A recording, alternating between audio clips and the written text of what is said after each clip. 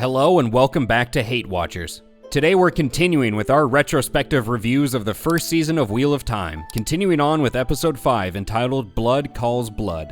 Let's get right into the breakdown. Spoilers for a crappy 2-year-old show ahead.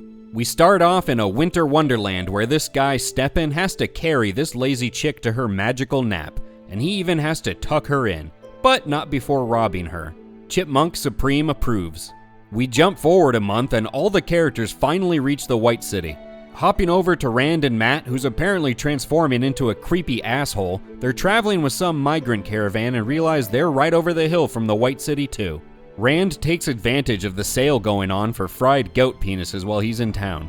They decide to make a quick stop at the brothel before they head to the White Tower in search of the rest of their party.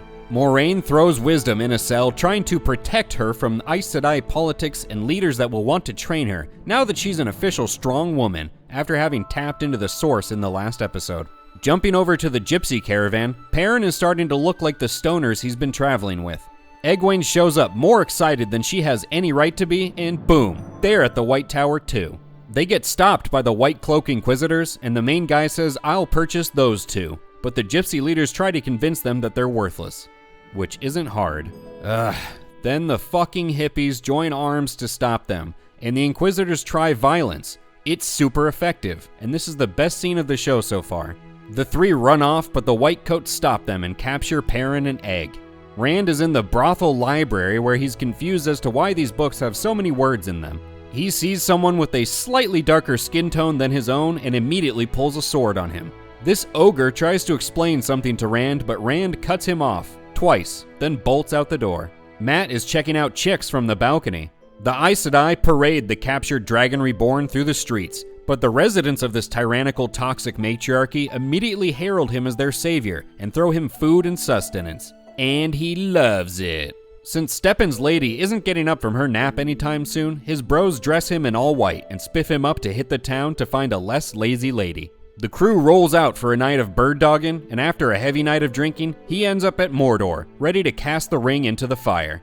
Lan comes home at 6 a.m., ready to receive Moraine's yelling, but she chooses to go with the icy look of disapproval instead. The Whitecoats are trying to clean up dirty Egwene, a tall task for someone who's been traveling with hippies for a month. She's invited to a captivating lunch with the head White, and Perrin gets to join because they confuse him for a roast pig. Egg argues she's not an Aes Sedai and Perrin's not a warder, and to let them go.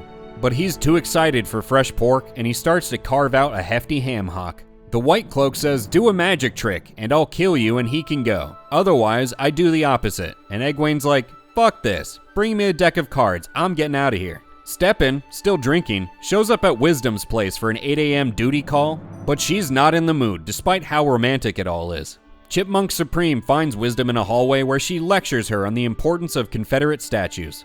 The show feels the urge to get its message in. Women hold the one power, but men still control much of this world. And they are rarely kind to little girls who show a spark of being greater than they are. The ogre from the library busts into Rand's room in the middle of the night. Rand is relieved that he brought a woman at least. Why the light? But his relief is shaken when he realizes it's just Wisdom. Wisdom goes on to tell a super interesting, incredible story that enriches all who hear it, about characters everyone cares about. Egwene won't stop stress farting. Gwen, stop. Out of nowhere, Perrin goes full werewolf, and they escape while all these wolves tear through the camp. Drunky is trying to detox with some incense rituals. Moiraine is back after 2 years and now a threat to the Chipmunk Supreme, so Priya Patel tells her to watch her back. Lan awakens to see Stepin went out partying again when he finds his blunt wraps. He finds him passed out in the hallway, so they put him to bed and read him a bedtime story. But not just any bedtime story, they're telling the tale of Black Panther. The story reaches a fever pitch as Moiraine says, "Wakanda forever!" and Lan gets so excited he whips his tits out. And the episode comes to an end. Well, like with previous videos for the first season of Wheel of Time, we're not going real in-depth with the review portions, given how old the show is. Our overall take with this episode was that it's hard to take any of the attempted emotional weight serious when you don't care about any of the characters. Yeah, I'm real sad that this woman we knew for one episode died, and her companion we knew for one episode killed themselves. And the emphasis on this storyline completely sidelined the main story about finding out who the real Dragon Reborn is, the only storyline that piques our interest even a little bit. So another crap episode to toss onto the pile of all the other crap episodes this season.